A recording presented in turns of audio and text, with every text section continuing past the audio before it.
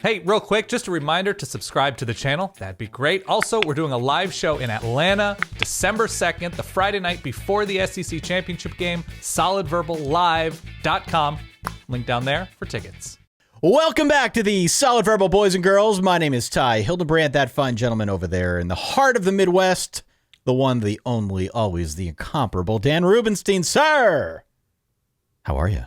I'm great. It's always a joy to be here, Ty, and I always enjoy this part of the year. I don't think it's the best part of the college football season, but the ability to go deeper into a limited number of games. So sometimes we do it with the New Year's Six Bowls or the playoff, and we go through all the bowls and preview and react and do everything like that in December and January. But when we have this concentrated, this distilled number of games with big stakes, albeit somewhat irrelevant, weirdly, I enjoy like looking at deep diving the numbers and rewatching different, drives and really trying to dig our information pause into conference championship games. I'm into it. It is championship week. There are fewer games for us to discuss, but we will put the full force of the Solid Verbal behind it. That's what we do. It's nice to actually have just a few games. Agree. To focus on, as opposed to the normal allotment of 60 or however many games we try to list off in the span of a normal college football week. This episode, all of our episodes, driven by our good friends over at Geico. If you will be in the greater Atlanta area this Friday evening, it is an earlier show than we've done in the past, 6:30 p.m. Eastern Time. Yeah. SolidVerbalLive.com is where you can go to get your tickets for the Atlanta show. We have locked in on content. We are inducting college football things into a Hall of Fame of our own creation. Legal has me say, not affiliated with the actual College Football Hall of Fame, which is also in Atlanta. That's conveniently true. enough. Conveniently enough. Don't know how that happened. So we hope if you're going to be in the Atlanta area, you'll consider coming out to see us, shake our hand, maybe stop by afterwards. We're still trying to figure out where we're going to watch the Pac-12 game afterwards, right, Dan? Yeah, we're going to be right by Georgia Tech, which we'll actually get into some Georgia Tech, I think, here momentarily in that area of Atlanta, downtown-ish. We will figure out a place to watch the game. There are bars and restaurants, and I'm sure TVs around Terminal West, solidverballive.com once again. I think I'm most concerned. I'm not concerned about putting on an excellent show because that's what we do, solidverballive.com. And I'm not concerned about inducting the things that we are inducting from the 2022 season into our Hall of Fame, solidverballive.com. What I'm most worried about is because we are so busy, we're recording stuff before the show. We are trying to hustle and get back to our homes on Saturday morning. My big concern is anytime I go to a great food city is allotting the needed time. Like, oh man, I got to hit this like cheesesteak place that Trey Kirby recommended. I got to hit this pizza spot. Can confirm. That's my concern. So I'm like, I have my yarn and my map in front of me. I'm like, all right, how do we get from the hotel to this lunch? Should we do 2 brunches? Should we do an early dinner and a late dinner? That's where my concern is because we're prepped and ready, solidverballive.com, for the live show Friday night at 6:30 p.m. Terminal West. So, boom, cannot wait. It will be a ton of fun. We hope to see everybody out there. And as you mentioned, we're going to be very busy on Thursday. For those who normally tune into the Spotify live show, we're going to continue to do that. We're going to do it from Atlanta. We're going to have a bit of a different setup. We're also going to feature an interview that we are doing with the very funny Bert Kreischer. Oh, man. May have heard of Bert. He's a world-famous comedian. He's also a big-time Florida State football fan. We have wanted to get Bert on the show for a good long time. Our good friends over at Spotify have kindly hooked us up with his people. We're going to be doing that interview and airing it as part of the normal Thursday Spotify live show. So we hope you can join us on the Spotify live thing. Again, solidverbal.com/Spotify for more information on how you can get over to that stream. It starts every Thursday night at 5 p.m. East, 2 p.m. West. The Machine. By the way, Bert is who Van Wilder is based on. That is correct. I love that freaking movie. So also does a very funny podcast with Tom Segura, Two Bears, One Cave. So we're very excited to finally get Bert on the show. I think it'll be a ton of fun. Can't wait. Shall we just dive in? Let's.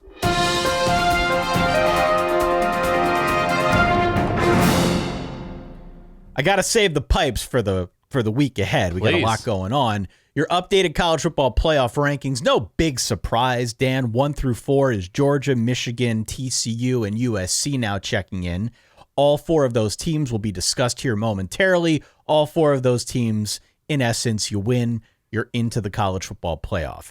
Nipping at their heels is number 5, Ohio State. There is probably still a path for Ohio State, though boom shakalaka Corrigan didn't really specify what that would look like, given the fact that Ohio State does not play any further games here in the 2022 college football regular season. Yeah. We've also got Alabama at number 6. It seems as if Alabama is out of this thing. We've learned maybe not to count Bama out too much, but at 10-2, number 6, not a game in front of them to be had. It would seem as if Bama is out of it. Tennessee is at 7. Penn State has crept all the way up to number 8. Clemson still in the top 10 at number 9. And Kansas State checking in at number 10. We didn't have to spend a whole lot of time on this. I know we've got news about coaches and transfer portals and the works, but any quick thoughts on what you see here? Anything surprise you? No, it's the illusion that I made a little bit earlier. That would be ALL, not ILL. That why is Georgia playing this game? Like, should Georgia just send out a bunch of walk-ons and be like, yeah, we're gonna force your hand, leave us out of the playoff after we lose to LSU 58-3 with a bunch of walk-ons? I'm a big believer now that you just can't let Ohio State into this, even if TCU loses, even if USC loses at this point. USC was impressive enough against the best defense that they played all season long last week that you're rewarding Ohio State for losing comfortably with their big opportunity to get into the Big Ten championship game. And I know championship games are just sort of a construction with no real point beyond a social driving construct, TV. A social construct that everybody just goes along competitive with. construct. Yeah. Thank you. I don't see why we can't just have this specific playoff that was announced last night in terms of the top 4. It seems totally good to me. Yeah. Well, I'd be very curious to see if this is the way it shakes out, but I tend to agree with you. It's one of the points of contention as we go to 12 with this thing, especially this season. I think it kind of has bared itself out in an interesting way where if not these 4, then which 4? Yeah. Right. Which other teams do you want to add to this without feeling like too much of a retread? So again, that's your top 4. We'll see how things materialize over the course of the weekend. But as it stands, again, we've got Georgia, Michigan, TCU, and now USC. On the coaching side, you mentioned Georgia Tech. They mentioned Brent Key. So there had been reports about Willie Fritz early on. We had speculated about names like Deion Sanders or Jamie Chadwell. Yeah. They have decided that they're going to take the interim label off of Brent Key. Brent Key notably took over when Jeff Collins was relieved of command after a 1-3 start. Tech has been better since he took over. They went 4-4. In many ways, this is a big deal, not just for Georgia Tech, but also for Brent Key, who was a former team captain. Yeah. He was an all-ACC offensive lineman in his time at Tech from 1997 through the year 2000. So getting a big shot here to stay on and coach the Ramblin' Wreck. He will be, to me, a very good hire. And it'll be looked at, it'll be smiled down upon, just because it's not the sexy one. It feels like the right one. It feels like when you have the familiarity with players. I always like offensive linemen, former offensive linemen, and offensive line coaches with that background coming in because it's a really nice mix of intellect and physicality. The offensive line coaches, I feel like, I think Mario Cristobal will improve, but I think he did a decent job at Oregon. Obviously, Sam Pittman had the immediate success that he's had. Kirk Ferentz has been up and down, but I think all things being equal, if you were to give me former position coaches, a former offensive line coach, familiar with the program, I think is a very strong direction to go to. No, I think it's smart. I think he's a believer in Georgia Tech. He's not going to be a mercenary who's going to say, I was good for 2 or 3 years. What's the next job I can get? I think he's in it for the long haul. And I like continuity a lot. You look around the sport and a lot of very successful teams hire from within. And there's a pretty strong reason why if the right guy is already on staff. And so I'm sure they did their due diligence with a number of options. And they said, Brent Key just makes the most sense. We're not trying to win a press conference. We're not trying to win Twitter or anything like that. And so I think I'm great with it. He has background at, he was at UCF forever and has been at Georgia Tech. I think he turned down the UAB job way back when. And he has experience at major programs at Alabama as their offensive line coach. So from the outside looking in, especially with what he did as the interim coach, he seems to check more boxes than he doesn't. No, I think that's absolutely true. I know when this news came out, there were many folks in the Georgia Tech world that were happy to see it, right? To get that kind of continuity, because he has been very, very good since taking over. Tech finishing the year with 5 wins is not a bad thing at all, considering where we thought this team might be at the start of the year. So good for him. We've also got, is it Trent Dilfer to UAB? Trent Dilfer to UAB. Yeah. Okay. Okay. Why? Couldn't tell you.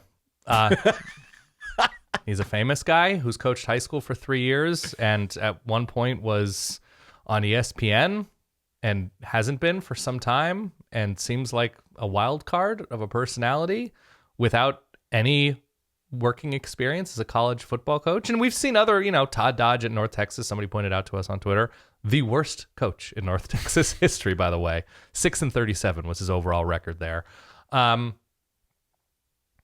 It's one of those things where, and it's not unique to college football coaching as an industry, where it's just like, why grind?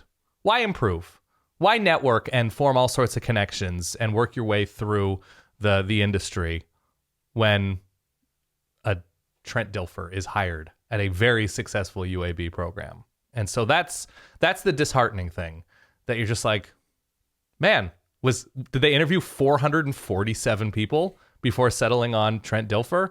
And I guess there's always the opportunity, there's always the possibility that it works out, but I mean, he's been involved with Elite 11. I mean, he's been fairly prominent with respect to, some of the camp circuits, I know. Right.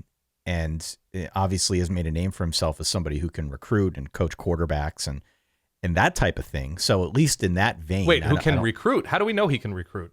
Maybe recruit's the wrong word. He's worked with prominent recruits on the coaching side. So, he's at least been around some of the better, more elite athletes that have found their way into college football. But in terms of running a program, that's a different kind of recruiting. Yeah, it's one of those things where, like, does UAB have an insurance policy out against making a bowl game? Like, are they betting against their Rachel Phelps style? Right. Like that's the concern for me, where it's just like, it's an unserious hire.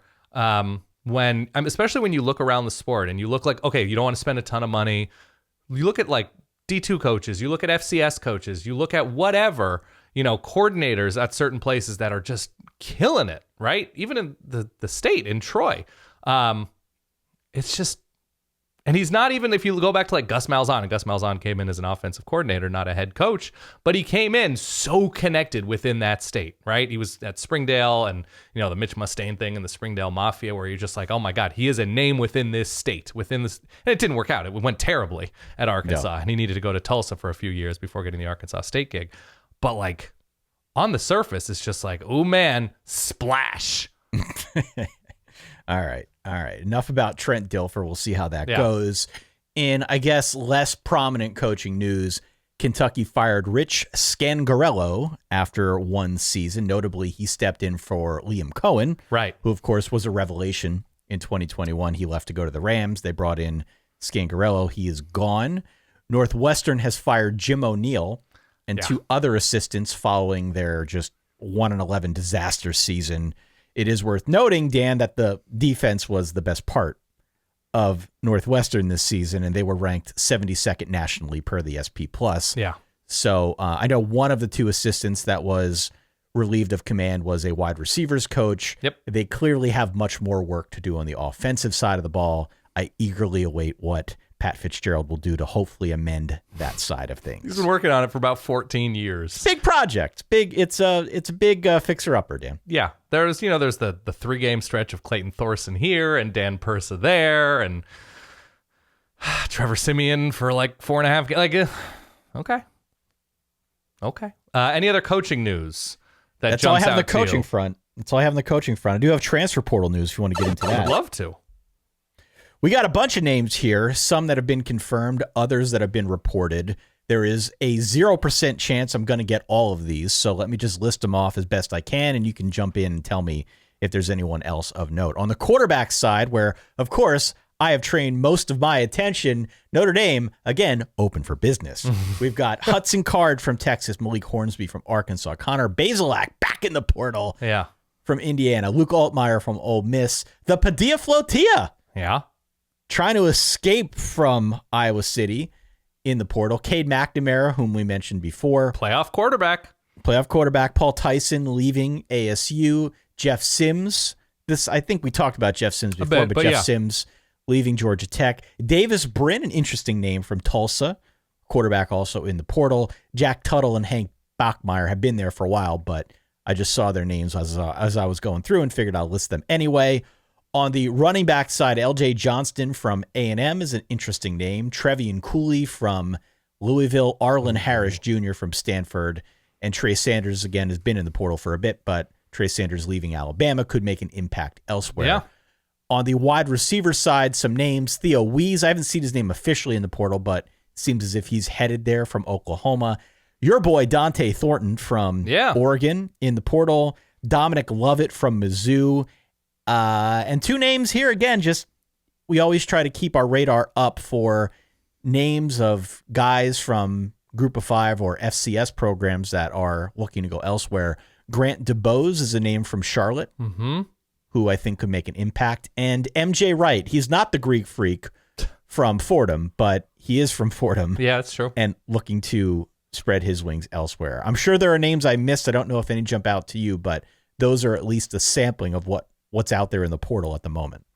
Yeah, I saw Penn had an edge rusher who seemed to be somewhat coveted by bigger programs, and he committed to UCLA. I want to say his first name is Jake. I apologize for not learning Ivy League transfers as of yet. Their full names. I'm almost positive it's Jake. Sure. I'm not 100%. He's like Pele. He doesn't need a last name. I think both Dominic Lovett and Dante Thornton are interesting names at receiver.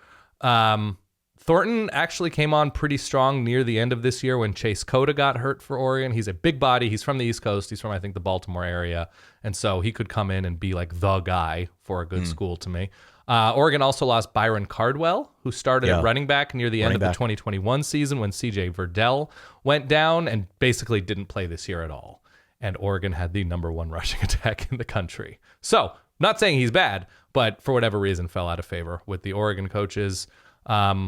Otherwise, it's going to be fascinating, especially at quarterback, right? Hudson Card appears to be the biggest name. He and Cade McNamara, depending on where they land, seem like they'll have the biggest impact. There's already, and I'm not going to give fuel to the rumors, but there's already rumors about some pretty big name receivers ending up at some pretty big name destinations for receivers. And so it's the new normal, and you can either yell and kick and scream about it, or you can say, all right, let's figure it all out for next year. And once everybody's landed, let's see who really added to their roster and who seems to be in a kind of disastrous place because they're depleted. So I expect a lot of big teams, especially big teams who are finishing the first year of a new coach. So LSU, Florida, Notre Dame, Miami, Oregon, Oklahoma, USC, a lot of movement. I just expect a lot because there are going to be a lot of guys who felt like they were going to contribute more than they had under the previous guy. So they gave the new guy a chance and then perhaps didn't see the field as much as they wanted to. And they're like, all right, I gave him a chance. Portal time. So it's going to be a whirlwind. Yeah, I think it'll be very intense. By the way, folks, head on a swivel out there. The new age of Twitter has made it very easy to retweet potential transfers that are not actually transferring. Correct. I've seen a couple already, and I almost fell for it myself. Head on a swivel. Head on a swivel. Make sure you know the source. All right. We will keep you posted as best we can on the coaching side, on the transfer portal side. For sure, a lot more to come in both of those worlds. We don't really have a Saturday nickname, Dan. It's championship week, right? We don't need a nickname for this. It's championship week. And it's U.S. Netherlands? Are they playing? USA Netherlands, yeah. I'll be back in time for the 10 a.m. game. I can give a preview at the end of this if you want. At the end. I'm prepared for that. Big day of sporting across the United States. Let's get into it. Time. Help. I need picks of the week. So typically what we do... Whop. Sausage Fingers McGee. It's the second time that happened. I don't know what's wrong with my board. Typically what we do is we push the Friday game till the very end so that if you're listening to this a little bit after the fact, it's not going to go stale, but we're just going to do it in chronological order today. Yeah. If that's cool with you. Again, we will be in Atlanta watching this game, or Atlanta, watching this game Thne. at some place near Georgia Tech. I will leave that up to you to figure out where the best place is for Tenders with Ty and a Pac-12 championship watch party. This game is 8 p.m. on Fox. It is in Allegiant Stadium in Vegas, featuring the 9-3 Utah Utes, the 11-1 USC Trojans. USC favored by 3. Bear in mind that these teams played back in Week 7 in Utah, and it was about as evenly matched a game as we've seen all year. That was the one in which Cam Rising had a really big game through the air and on the ground. He ran a touchdown in with about 48 seconds left, Dan, and then Kyle Whittingham went for 2. Love it. Love it. The anti-Brian Harsin move went for 2. They got it. Utah won that game by a 43-42 score. It was a great game. Yes. A great game. USC's only loss. So this is an opportunity for them to avenge that big old crooked one in the win-loss column. I'm not going to act like I found anything. Like I found a stat, like I found an edge or something that gives one team a significant advantage over the other. I feel like we have a pretty good sense for who these teams are at this point. It feels a lot to me, and we say it often. I'm not just punting on the preview here when I say this, but it truly feels like whoever has the ball last is going to win this thing. You think so? I do. It feels to me like it's that kind of game. Both teams have pretty good offenses. Obviously, USC's is a little better. Utah probably has a bit of an advantage in the defense department, but it's not like we're dealing with 2 shutdown defenses here. I think both will continue to move the ball at will on the other, and it does come down to probably a few factors, which maybe I can discuss here, and why I'm going to go USC 38-35.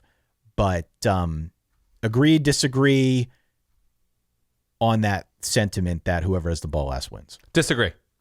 Okay, why? I like USC here. And this is where we get into the part of the year where we describe winter wonders. People that transcend just being weapons during the regular season and become problems, especially for defenses. But I think a winter wonder could be an edge rush or something like that. In the way that Aiden Hutchinson, right? When the lights got brightest last year, Aiden Hutchinson really shined. That to me is the problem with Utah, is what we saw from USC last week against Notre Dame.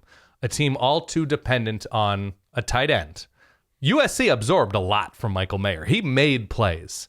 He didn't have 273 yards receiving, or whatever it is that Dalton Kincaid did in that first matchup, who's excellent, full-on excellent on the level of Michael Mayer. In terms of national tight ends, he is in any conversation. The problem to me is games are won preventing and generating explosive plays. And Utah has played a number of terrible defenses and a below-average one in Oregon to finish out the back half of the season. And so to me, this is when you have Jordan Addison and Mario Williams. Now, Travis Dye had a good game against Utah. He's out for the year. I think he blew out his knee. And that's a change. But at a certain point, if Utah can't go haymaker for haymaker with USC, which I don't think they can do this week. I think they did a great job doing it before. Tavion Thomas, out for the year, has already declared for the NFL draft, I believe. So Utah shorthanded in the backfield. I think Micah Bernard is interesting, but he's not somebody who is going to pace a win to me for Utah in this matchup. So I think Utah will succeed somewhat on defense. They're down their best edge rusher. He's out for the year, Van Fillinger. So I think Utah's a good team, but I think this is a when push comes to shove moment, and USC wins this game by 10 to 13 points. Yeah, I think you stole a little bit of my thunder there. I'm sorry. No, it's okay. I agree with you. It's one of the 2 reasons I'm picking USC. You mentioned the big plays, and USC's ability to create them is one of those things that favors the Trojans by a pretty wide margin in this game. They're much, much, much more consistent at creating those chunk plays, and I have to believe that works to their advantage, even though they're really bad at giving them up. Right. They're just so good at creating them on offense. They've got so many pieces, so many ways that they can beat you. It's hard for me to believe that in a big spot, if you want to say the winter wonder thing, go right ahead. Yeah. I have a hard time believing that isn't something that works to their advantage in this game. Second time through. So that's the first reason. The second is, we come back to Caleb Williams a lot. I feel like he went next level with Notre Dame In the game that we saw against Notre Dame this year, we saw a different side of him against a better defense with this offense than we had all season. Maybe I'm biased because it was against Notre Dame. Right. But he's different. He feels different. 381 and 5 touchdowns in the first matchup between these two. Also 57 yards. Yeah, he was awesome on the ground. No picks. He was really good. Yeah. Really good in that first game. And if it comes down to it, push comes to shove, I give Caleb Williams the nod here and that USC offense the nod in a game that I think will be high scoring. So I think it's close. I think these teams are very evenly matched, but I will go with our trusted, excitable score of 38-35 in favor of USC. Yeah, the idea is if you are able to hold Dalton Kincaid to 93 yards and some incredible catches, maybe 2 touchdown catches and 93 yards, it's still not enough to get to 40, right? Like, There's a certain basic amount of arithmetic involved here that I don't think I trust Utah in this spot. Now, I watched them completely demolish Oregon in this spot last year. I think that was a different team. I think that was a different team, especially on defense with what they lost, especially up front. It just has not been the typical Utah defense that we've seen that helps its own offense to wear down teams on the ground, and Cam Rising scrambling for 7 on 3rd and 6. He will do that. I just don't think you can beat USC with pickleball. And that, to me, is where Utah is at offensively. So I'm going to give USC the edge. Also, in the biggest game of the back half of the season, Cam Rising turned the ball over multiple times. And that's what USC does. Their whole defense is not based around filling lanes and getting stops. It's built around flipping the field with opportunistic moments. And so I think it's just stacked up against Utah this week. So I'm giving the nod to the Trojans. We agree. All right. Let's go to Saturday here. Yes. High noon, Dr. Pepper Big 12 Championship. Are we getting a tuition throw this week? I would assume so. All right. More to come on that. We can't really preview it. We don't know much about the participants, but we will have a full breakdown when we do the Sunday recap show, which, by the way, will be a little bit later. I presume we need to wait and see what the rankings are and what the bowl matchups are before we go live. So more to come on that. Go to forballers.com if you're ever so inclined, if you want to get early access to that show. Maybe watch it live as we do it, but stay tuned on Sunday. This is an AT&T Stadium in Arlington. It's K-State. It's TCU. TCU favored by 2.5 points. These teams also played. It's another rematch.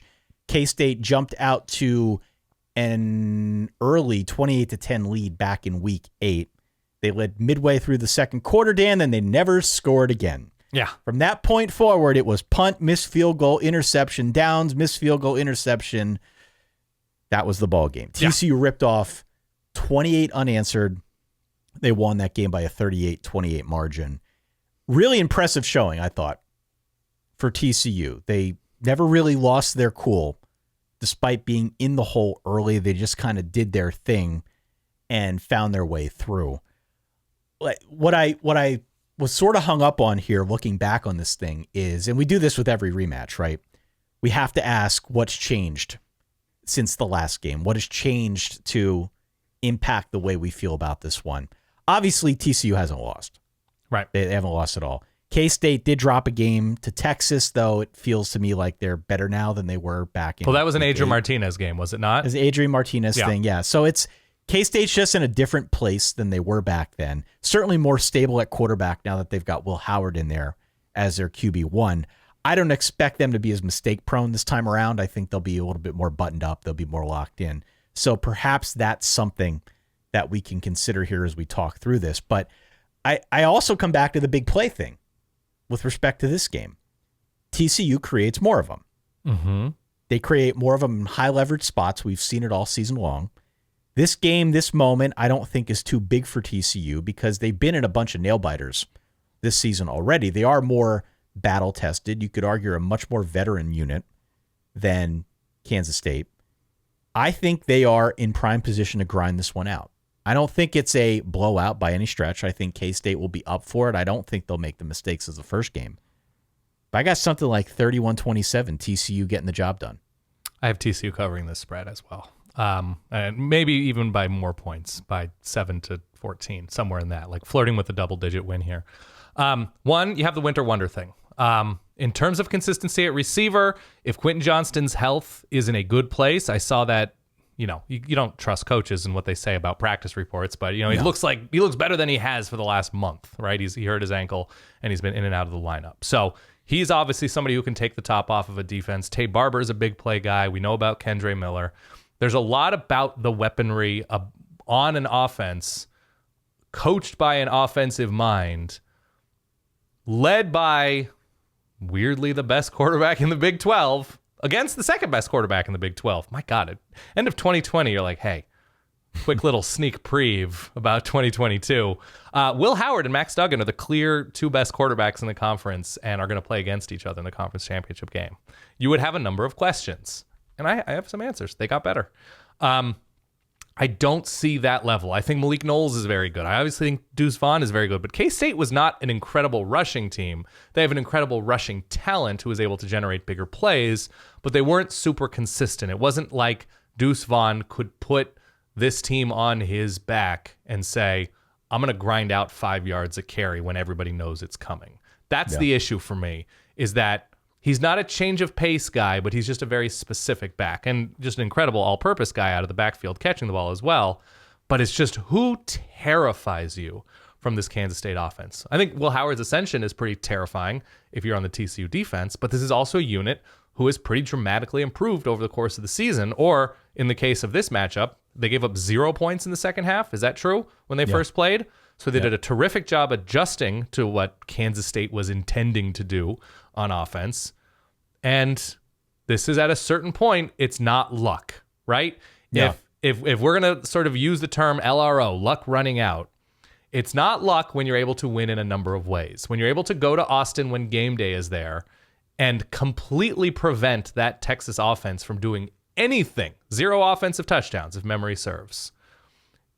I think it speaks to maturity. I think it speaks to evolution. And I just think this TCU team is better.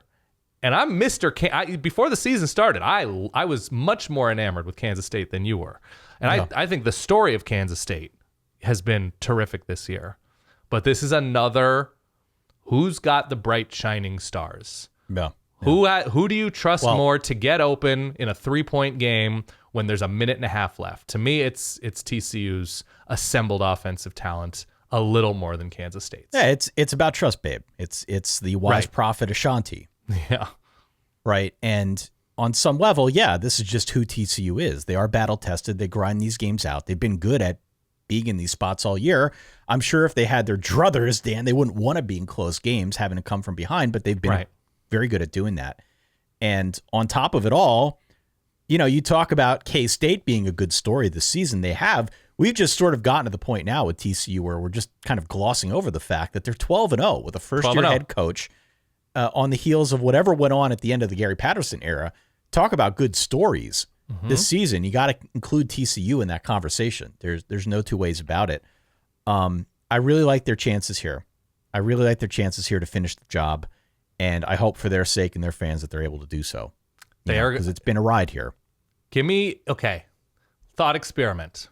What is the score of a Kansas State win? And this is, you're predicting Boom Shakalaka Corrigan and his crew right now. What is the score by which Kansas State wins this game that forces the committee's hand to say, well, a ton more people are going to watch Ohio State against Georgia or whoever in the playoff. And while we love what TCU was able to do this year, for sure, them losing 35-14 to Kansas State makes it very difficult for us to pick TCU a non-conference champion, whereas we feel that Michigan might be the best team in the country. And Ohio, suddenly you're doing, the Rube Goldberg machine to talk yourself into Ohio State. Well, Ohio State lost by 22, 23 points. So is it 14? Is it 14? Is K-State winning 38-24? It might be 1 point. It might be 24-23. K-State. I hope it's not, but I don't think you're wrong. There is something to me, and this is the cynical part of all of our brains. Yep. That the playoff is a television program. And there are 442 TCU alumni alive in America right now. That's the issue. And it's unfair.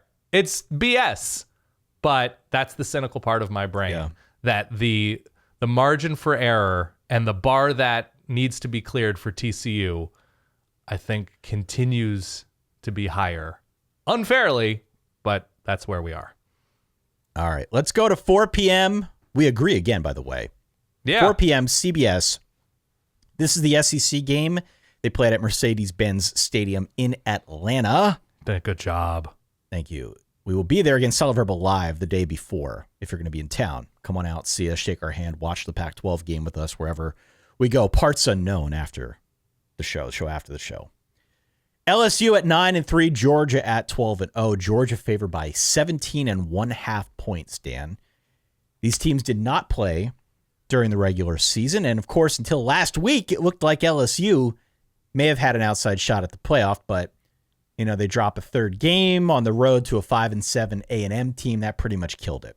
Yeah. Those chances are pretty much down the drain. Now, still a lot to play for, and I think we would both agree that on some level, LSU is a dangerous team, especially in a situation like this where folks are already counting them out sight unseen. What are your thoughts here? What's your read? Does LSU have a shot? LSU has a shot just because they're not playing for anything. So there's like this element of danger with LSU. A good coach in Brian Kelly. When healthy, they have a very good quarterback in Jaden Daniels. They've got some scary people up front on defense, and they have playmakers on both sides of the ball. Georgia is not where they were last year. The way they separated themselves from everybody, at least leading up to the SEC Championship game that they lost to Alabama in. That's the danger with LSU. The other danger is there's a two-word term that I hate seeing leading up to the game with a quarterback, and that's walking boot. Oh, yeah. With Jaden Daniels' sprained ankle. And so it's concerning to me to see those two very specific words when he is responsible for so much of that offense. Not just throwing the ball, not just running the ball, but buying himself time, rallying the team, big moments, scramble. Like, it's just, he's the heartbeat of this team. He's the Zerbiak, as we like to say. If you remember Wally Zerbiak being responsible for like 77% of his team's points at Miami of Ohio. That's the concern to me, that any LSU victory very specifically goes through Jaden Daniels. And what Georgia has done this year is they've been ruthless on offense, albeit not as incredible at times because of their loss of talent from last year. That's more pronounced on defense, but they've come out of the gate so strong. And I just don't know if I love this LSU team playing from behind. If all of a sudden Jaden Daniels needs to throw it 53 times against Georgia, like, I think there is a very specific, like, if you're able to throw the ball only 34 times against Georgia, it probably means you're having some success on the ground against this Bulldog team, which not many teams do. It's hard for me to construct this win knowing Jaden Daniels is, even if he's 80%, 90%, whatever he is, you just need so much. We saw the most explosive offense in the country become completely grounded against this Georgia team. No. And the game's in Atlanta. Game's not in Dallas. Game's not in Chicago. Game's not in Seattle. It's going to be a ferocious home crowd for the Dogs. And I just think there's too much speed and there's too much opportunity for Georgia here. So I have them winning by, and also LSU limping into this game after the A&M game. I don't know. I think it's at least 2 touchdowns for the Dogs. Yeah, I think I'm with you. On paper, this looks like a pretty good mismatch for obvious reasons. We can get into that. But to me, the LSU story is very much that of an unfinished product. Yeah. A good product. Yeah.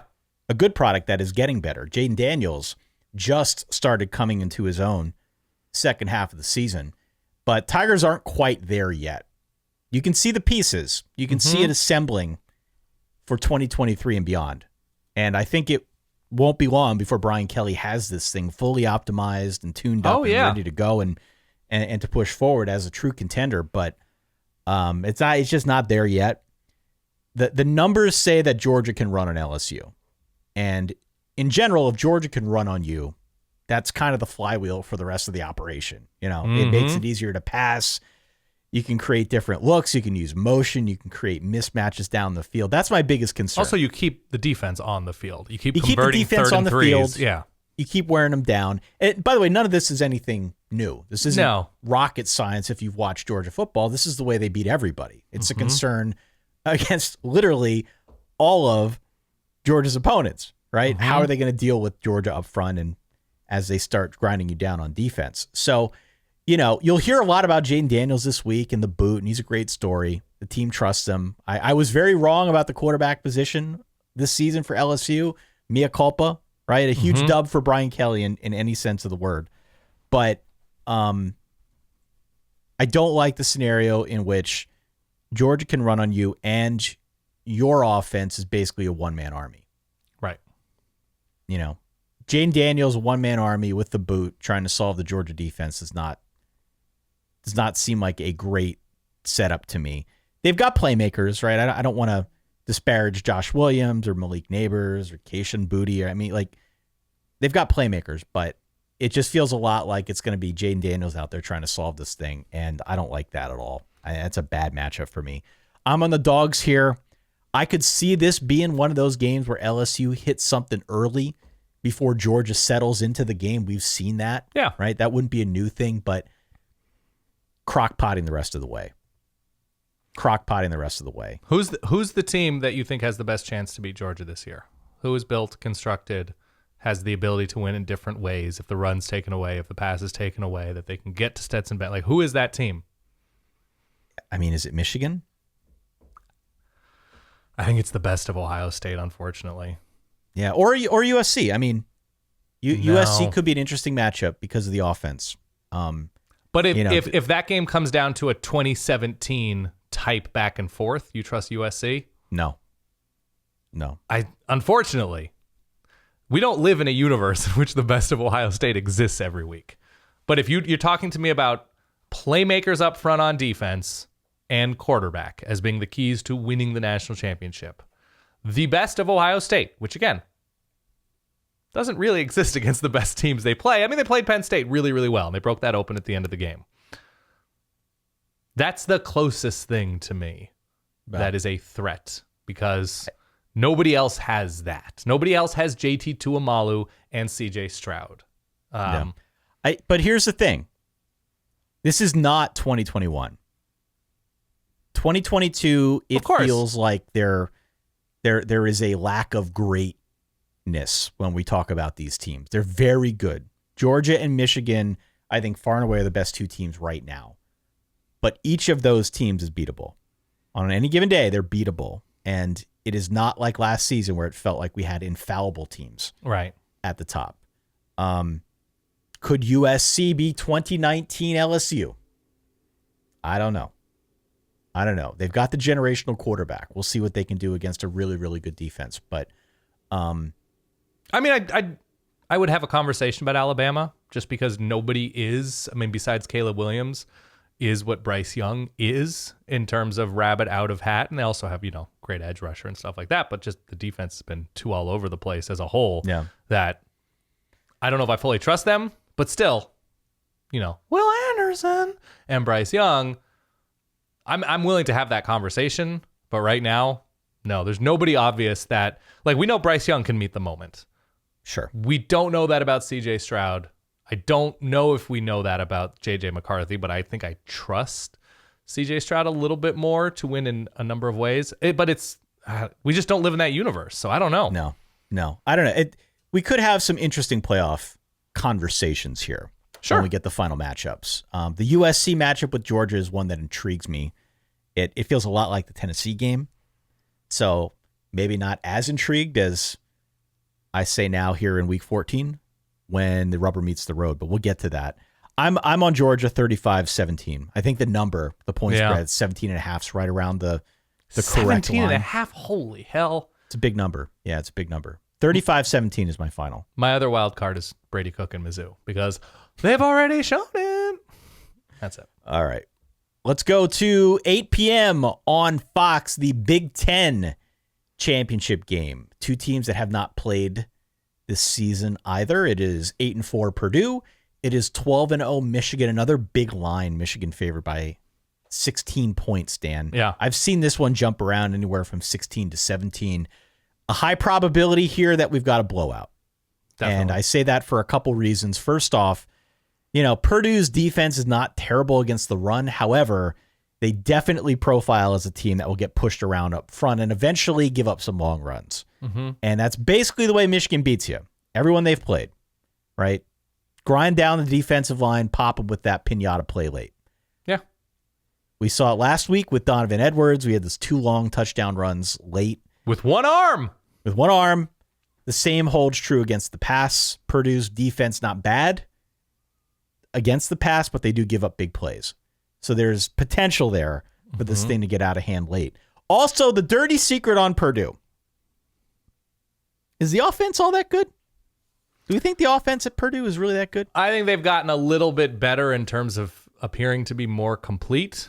Yeah. You got your guy Chuck Sizzle. Chuck Sizzle. We got look, Devin Mockabee. I'm not anti-Purdue. I know. But I think when a lot of people think of Purdue, they think, okay, they're going to air it out. They're going to score points. For better or worse, a lot of people still think of Drew Brees Purdue when they think of Purdue in offense.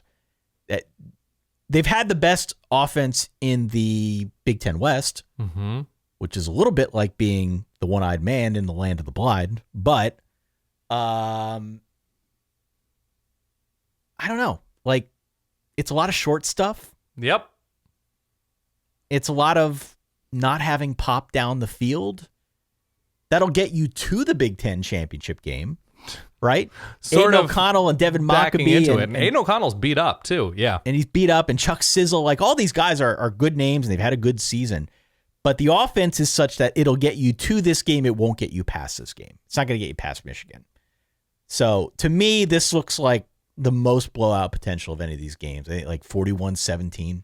Yeah. Somewhere I mean, in that look, we neighborhood. saw a similar situation with Michigan last year, beating Ohio State, breaking through in Ann Arbor. And you're like, oh, man, is there letdown potential against Iowa? Beat them 42-3. So I just assume they're going to be locked in. I'm going to lock this one up, by the way. Please. I'm going to lock this up.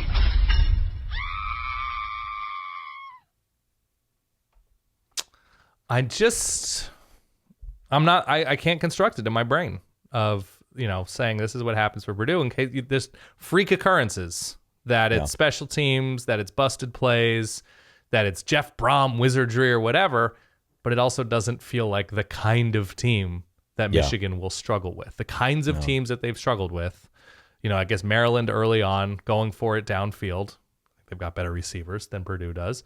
And Illinois, who was able to get stops and force Michigan to, win the game 4 yards at a time with Jake Moody. I just don't think that is where we land with the Purdue experience. So, yeah, I have Michigan big.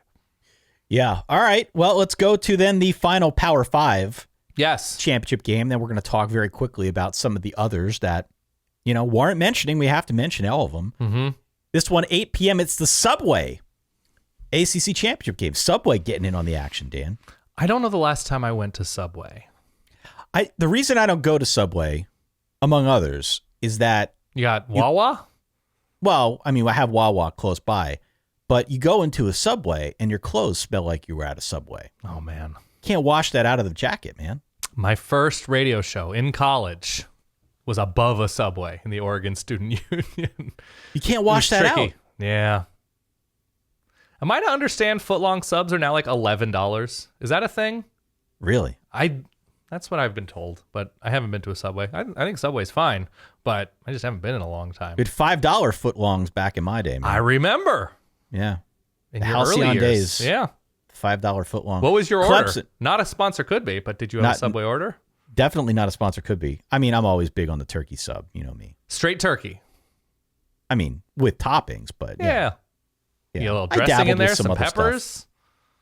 Yeah. I loaded up with veggie toppings, but not too creative from a sandwich architecture standpoint. Went with a meatball sub. A little ping pong Meatball balls. subs aren't bad. They're not bad. Yeah, pretty good. All right. You want to talk Clemson, North Carolina, or veggies and meats? Clemson 10-2, a 7.5 point favorite against North Carolina 9-3. Again, these teams did not play during the regular season. Both have sort of limped to the finish. in a sense. We had Clemson losing last week at home to South Carolina.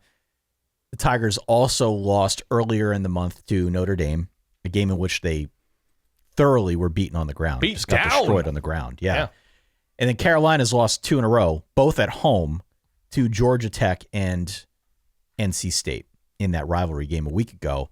I've got this one at like 41, let's say 41-28 Clemson. I'm right there. Yeah, I hate it. I hate doing this chalk thing with favorites. I know. I'm worried about both teams for different reasons. My worries on the Clemson side stem from the quarterback instability. Mm-hmm. And let's be honest, that's really not going to be a problem this weekend. That's not a problem when you play North Carolina. Oh, man, I don't know. Continue. That's not a problem when you play North know. Carolina. Whoever plays quarterback in this game is going to throw for like 250, 3 touchdowns, and not really have much issue because that is who Carolina is as a defense. Clemson could also give the ball to Will Shipley 30 times, and that'd be enough. Mm-hmm. Basically, it's create your own offense. It's whatever you want to do in this game will probably work, and you will score 40 points against Carolina. My other concern on the Clemson side that's probably more relevant here is the pack it up, pack it in situation for the Tigers. Right. And there's no stakes after losing last week. Yeah, like before last week, they had a shot at the playoff. And this would have been a one-loss team with a primetime matchup with a game left to play, maybe an opportunity to impress the committee if things in front of them go haywire. But this is basically a meaningless game in terms of the national conversation. And I just wonder what version of Clemson we get. The concern on the Carolina side is pretty obvious. They don't play defense, and there could also be a big-time limp to the finish in them, continuing after what we saw after the last 2 weeks. Yep. So I think I come down on the Clemson side. I got it 41-28. I don't feel great about this one at all, but I think Clemson's a better side. The question is, do you take the team with the better quarterback if you're confused about the outcome? Now, Drake May's kind of fallen off these past couple weeks against, NC State, and who they play the week before?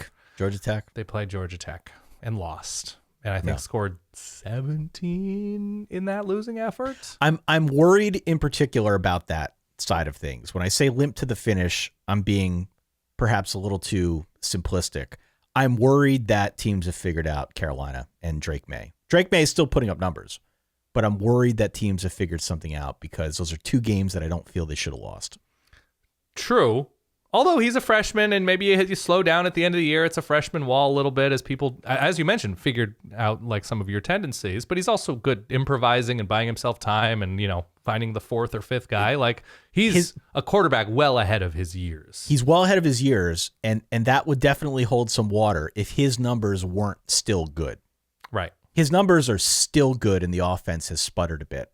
Yeah. So defenses have figured them out in some way, shape, or form to keep him out of the end zone. And that's problematic. So here's the question. The question then becomes, who do you feel more comfortable taking? A not heavy favorite, but a comfortable favorite. What did you say, 8.5 points? 7.5. 7.5 points. So a comfortable favorite with the potential to collapse via the passing game. I'm trying to be nice here and not name names and not be mean to specific people. Yeah.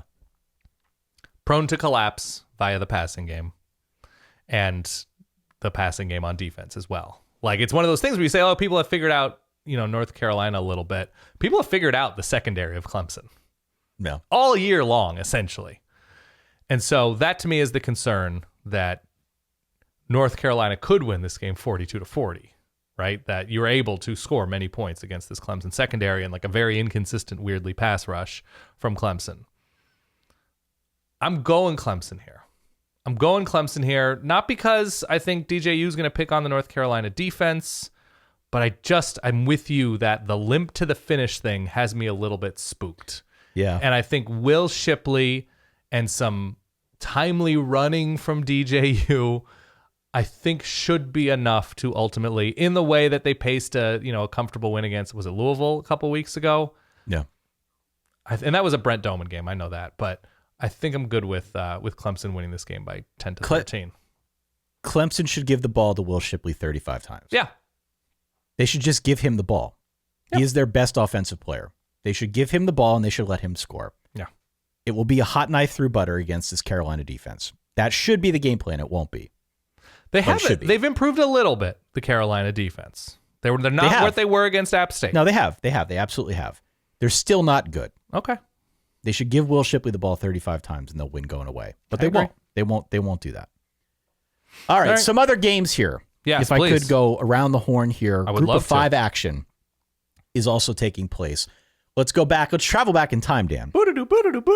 Friday, 7:30, CBS Sports Network, the Conference USA Championship game in the Alamo Dome. That's where UTSA plays its home games. UTSA, by the way, 10-2 this season. Yep. Your boy Big Frank Harris against North Texas. North Texas 7-5. These teams met back in week 8. UTSA won that game. Pretty good game, 31-27 at home. Frank Harris needed a touchdown pass with 15 seconds left to get the dub. This is another home game for UTSA. Mm-hmm. I think it could be fun. I think this could be a good matchup. North Texas lives and dies by the big play, which always makes for interesting viewing, if nothing more, both on offense and defense. That is just their MO.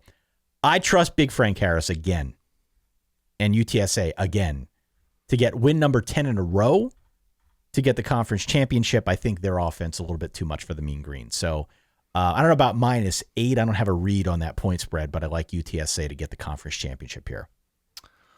I think I'm going North Texas to cover in this one.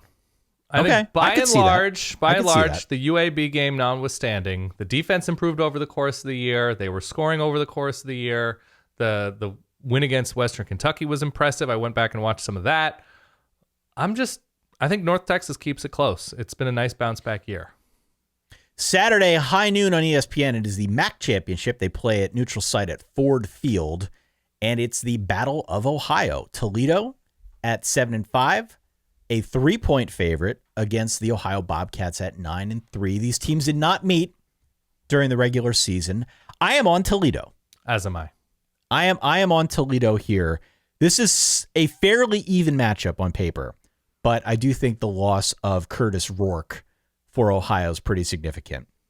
And they're going to give the start to C.J. Harris. He's a redshirt sophomore. ESPN thinks very highly of him, Dan. So highly that they linked his name up to the wrong C.J. Harris, who plays linebacker for Kent State, also in Ohio. So, yeah, I trust Toledo a little bit more given circumstances, and I got him to win and cover. Yeah, I have Toledo because of the defense here. The offense has not been incredible, but because of the Toledo defense, the ability to get after the quarterback, I'm going with the Rockets. Saturday, 3:30, ESPN Sunbelt game. Sunbelt Championship. They're playing it at Veterans Memorial Stadium. That is the home field of Troy. Troy also 10-2 this past season. Hosting UCF. No, hosting Coastal Carolina. Excuse me. Coastal went 9-2, but lost 47-7 last week to James Madison. Yeah.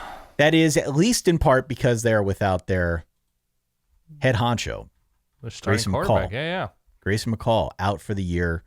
Hence the big point spread here. Troy is favored by 8.5 points. I went back and checked. I was really high on Troy before the year. Good. You should have been. I was high on Troy because of that defense, and the defense has not disappointed. They've now won 9 in a row. Their only 2 losses this season were at App State and at Ole Miss. These teams did not play at all during the regular season. I'm not confident they can cover this or really any spread, but I'm also not at all confident that Coastal is going to be able to score on this defense. So I will say Troy 21-10, relatively low scoring. I have them to cover. I'm not confident, but I like the Trojans here to win at home. As do I. I think they comfortably win this game. Coastal, even with Grayson McCall, defense was kind of a disaster this year. So I'm going Troy here to take advantage and comfortably win. Saturday, 4 p.m. ABC, the American Championship game. It is in Yulman Stadium in New Orleans, Louisiana. This is UCF at 9-3. This is Tulane also. Oh God, at so 10-2. Tulane favored by 3.5 points. We had rumors all week. I don't know to what end they affected the preparation here about Willie Fritz potentially going to Georgia Tech. That did not happen. Brent Key, of course, got that gig. But I think a letdown spot maybe for Tulane week after beating Cincy. Yeah, I don't know. I'm curious. it's a week after they beat Cincy, but it's also a revenge game for Tulane because UCF won when these teams played back in week 11. So, and that game, for whatever it's worth, was a fairly comfortable win for UCF because they led wire to wire. Yeah. They led wire to wire. They kept Tulane at arm's length, even though it was kind of a closer final score. They rushed for 336. Your boy, John Rice Plumlee, had a monster game on the ground there and through the air. Spears played well, though, in that one. Did he not? Yeah. Tajay Spears? Yep. I'm going Tulane here. I'm going with the home team who can run the ball. I'm going with the better defense on this kind of stage. UCF is fine. I don't think they can win in multiple ways. I think they're good, but I'm going with the home team, Tulane, who comes in with a good deal of momentum. UCF, who they lose to a couple weeks ago? Navy? Don't love that. Navy's defense is pretty decent, but I don't love that loss. So I'm going Tulane here to win by a touchdown. I went UCF back then. I'm going to go UCF again here. And there's a lot to like about Tulane. Michael Pratt's had a good year. Yeah. Willie Fritz is the man. Like we beat both my precious Kansas State. Yeah, we both like Willie Fritz a lot. Yeah. I'm just in on UCF in this matchup. I think it's a matchup that favors them again. All right. So I'll go UCF plus the points here. I think I went chalk. Did I go chalk other than North Texas? I may have. I believe so. Here's your opportunity to not go chalk. We're both going to not go chalk here. In the Saturday 4 p.m. Fox game, it's Mountain West Championship. They play it on the Smurf turf at Boise, and it is Boise State. 9-3 Boise State, a 3.5-point favorite against Fresno State at 8-4. This is a really interesting matchup to me. This is a fun matchup. These teams played back in week 6. The Broncos won by 20. Notably, this was a game for Fresno without Jake Haener. Yeah, the Logan Fife game. Logan Fife game. So Haener was out. He missed some time due to injury, but he's been back for about the last month or so. And Fresno hasn't lost. Fresno's been really, really good since he came back. And this matchup in particular, to me, is really the culmination of two great stories so far in college football. Teams that got it together. Yeah. And have both gone on a run. So on the Boise side, since they brought over Dirk Cutter to run the offense, they're scoring 34 points a game. The numbers have been really impressive, especially on the ground, close to 200 yards per game on the ground. Taylon Green, who they installed at quarterback, has been really, really solid. They've won 7 of 8 since making that switch at both coordinator and quarterback. And then on the Fresno side, keep in mind, this Fresno team lost by 3 at the gun to a 9-3 Oregon State team. They got destroyed by USC, but USC might be a playoff team now.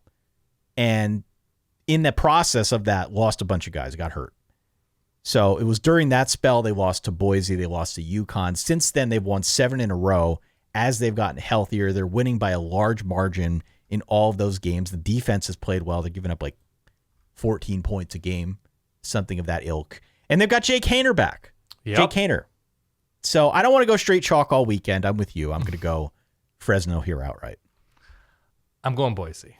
I'm going Boise. You can call me Sir Leonard Chalkington, but what a jerk. I know. It's in Boise. It's going to be cold. It's gonna be about 30 degrees. Guys from Fresno not used to that chill in the air. Altitude tie. No. I'm just not there. I think Fresno's a good team. I think you go defense at home with a good quarterback, which I think they both have good quarterbacks. But the ability to run the ball is sort of interesting to me for Boise. The ability to get after the passer. I just think it's lining up Broncos. Sorry. We got one more game to talk about, Dan. Okay. Patriot League action here. Week 14 college football season. They play this one Saturday, high noon. ESPN Plus, if that's the thing for you. Fitton Field in Worcester, Mass. New Hampshire at 9-3. Holy Cross, the Crusaders at 11-0. I tried to find a point spread. I couldn't. Okay. Which is typical when you look for an early week point spread for an FCS game. The Crusaders, they qualified automatically by virtue of their conference win, by virtue of going 11-0, being ranked highly enough in the FCS ranks. I'm inclined to go Holy Cross here. I think we got to go Holy Cross. I think we got to ride the Patriot League wagon as long as we can here to keep this thing going throughout the college football postseason. I'm looking for odds here, and I can't find it either. I couldn't find a damn thing. Oh, no, I found something. Scoresandodds.com has New Hampshire as a 7.5-point favorite. Really? Yes. That's interesting. That's very interesting. Wait, because if you look, hold on. hold on. This is basketball. And the game already happened. New Hampshire beat them by 15. The only thing that I could find is that Holy Cross is something like a 25-1 long shot to win the FCS championship. Okay. And New Hampshire is like 80-1. So I can surmise from that Holy Cross should be a pretty good favorite here. Yes? I would think so. Yeah, I'm looking right now. New Hampshire. Nothing coming up. Nope. Spread NA. We should have been more prepared for this, but I couldn't find it. I looked everywhere. No, I mean, that's preparing. You just couldn't find it. I'm going Crusaders by 44 points here. 44 to 0. Points, yeah. No, I think New Hampshire will get on the board. I have it as something around 60-16. 60-16. Yeah. A nice scoregami outcome. No, I like that. I'll go, speaking of scoregamis, we'll go, let's say 37-19. Okay. What did you lock up? You locked up Michigan? I locked up Michigan. I should offer a lock here. I'm going to lock up TCU. How about that? Lock of the week. How about that? TCU. I like it. I like where your head's at. Big weekend of games. If you are going to be, again, in the Atlanta area, please come on out. SolidVerbalLive.com. Your last chance to get tickets. The room will be filled. Yeah. It will be a fun show. We're very excited to do this before a live audience. It's one of the coolest things that we get to do when we do this podcast, to go out and meet people so often. And you'll hear us say this if you come out. I'm talking to a wall right now. Mm-hmm. I'm looking at myself in a camera lens. It's not often that we actually get to do this in front of real people who listen to the show. It's one of the true privileges of doing the Solid Verbal. So I don't know. Hope if you're in the area, if you've got some time to kill. Again, it's an earlier show, so it doesn't nuke the whole evening. If you've got other plans on Friday night, come on out, say hi, share a drink with us, come and watch the Pac-12 game with us. It'll be a ton of fun. Agree. Do you have chicken tender dipping preferences? If people want to, if they don't want to bring, we don't want to have 14 people bring you a beer. That's not all that productive. But if somebody's like, "Hey Ty, I heard honey mustard. I gotcha," and they bring a little. I'm ready, willing, and able to try all dipping options. Okay, good to Nintendo's know. department. Yeah. And I don't want 1,000 beers either, because I need to get to the airport to fly my rickety flight back home bright and early Saturday morning so I can watch USA Netherlands. Okay. And you also mentioned you wanted a joint the size of a barrel. So if anybody is you just wanted like a comically large rolled Look, after joint. this week, it's been a very busy week for us. Yeah. Very busy week. I might need that. Yeah. All right. So it's not just tenders with Ty, but it's get faded with Ty. There you go. Yeah. There you go. And then more tenders. Yeah. More tenders for sure. We appreciate everybody stopping on by, listening to the championship week preview episode. Don't forget, Solid Verbal Live again is where you can go to get those tickets. Don't forget solidverbal.com/Spotify. Come on over, listen to the live show, enjoy our interview with Bert Kreischer. We're excited, but we've been trying to get Bert on for a while, so that'll be fun. I'm looking very much forward to that conversation. Last but certainly not least, tell your friends about the show. Subscribe to the show. We are going to be ratcheting up our Winter Wonders Bowl Confidence Pool competition here momentarily, but it's only available to folks at verballers.com. And I've got my system. I got my foolproof system for Winter Wonders. You got your system. I got mine. It's one of the most fun things that we do all year, the confidence pool. Forget about point spreads. Forget about all that. We're going to talk about, we're just going to dig deep into the well and pull out some crazy logic and pick some of these games. Love it. Verballers.com, Dan. I will see you tomorrow. All right. Can't wait. For everybody out there, enjoy your weekend. We'll talk to you all soon. Hope to see you in Atlanta. If not, stay solid. Peace.